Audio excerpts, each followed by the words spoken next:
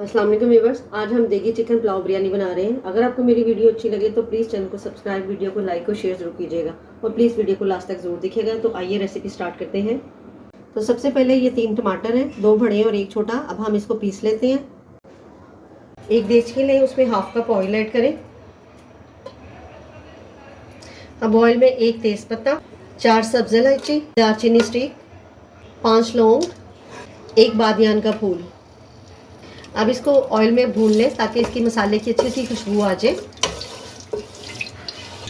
जब मसाले की इसमें खुशबू आ जाए तो इसका फ्लेम लो कर दें। तो इसमें 750 ग्राम चिकन, जिसको मैंने अच्छे तरीके से धो लिया, वो डाल दें। अब इसको इसके अंदर भून लें, गोश्त को, इसका कलर चेंज होने तक।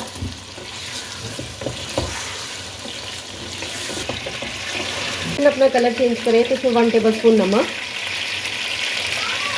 और 1 टेबल स्पून लहसुन अदरक पेस्ट वो डाल दें और इसको इसके साथ भून लें।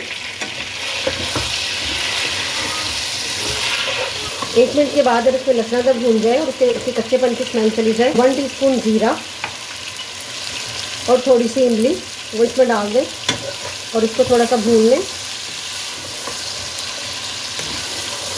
1 मिनट के बाद ही जो हमने टमाटर पीसे वो इसके अंदर डाल दें और 1/2 टेबल स्पून हरी मिर्चों का पेस्ट है, तकरीबन 7 से 8 की हरी मिर्चें होंगी जिनको मैंने पीस लिया था, वो इसमें डाल दें और इसको सब मिक्स करें। इसके अंदर 1 टेबल स्पून धनिया पाउडर, 1/4 टीस्पून जायफल पाउडर, 1/4 टीस्पून जावित्री पाउडर, 1 टीस्पून पिसा हुआ गरम मसाला। अब इसको भून लें मसाले को इसके अंदर।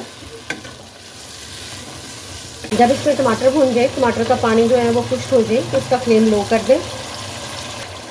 तो इसमें 1 प्याली दही, जिसको मैंने अच्छे तरीके से बीट कर लिया, वो डाल दें और 1 टेबल स्पून बिरयानी मसाला, 3 से 4 हरी मिर्चें।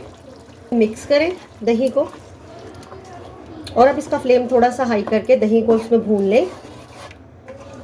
जब दही इसमें भून जाए तो मैं 2 गिलास चावल बना रही हूँ, तो उस हिसाब से इसके अंदर 3 गिलास पानी डाल रही हूँ।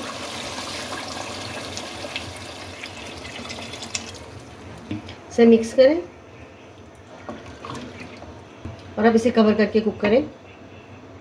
जब पानी उबलने लगे तो इसमें 2 गिलास भिगे हुए चावल वो डाल दें, जिसे तकरीबन मैंने आधे पौने घंटे से भिगो के रखा हुआ था।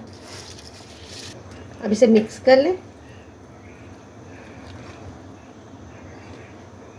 चावल इसमें कुक हो रहे हों तो एक साइड पर ये पुदीने का पेस्ट है 1 टीस्पून, वो इसको डाल दें इसके ऊपर एक साइड पर। कवर करके कुक करें 2 मिनट के लिए और इसका फ्लेम मीडियम पे करें।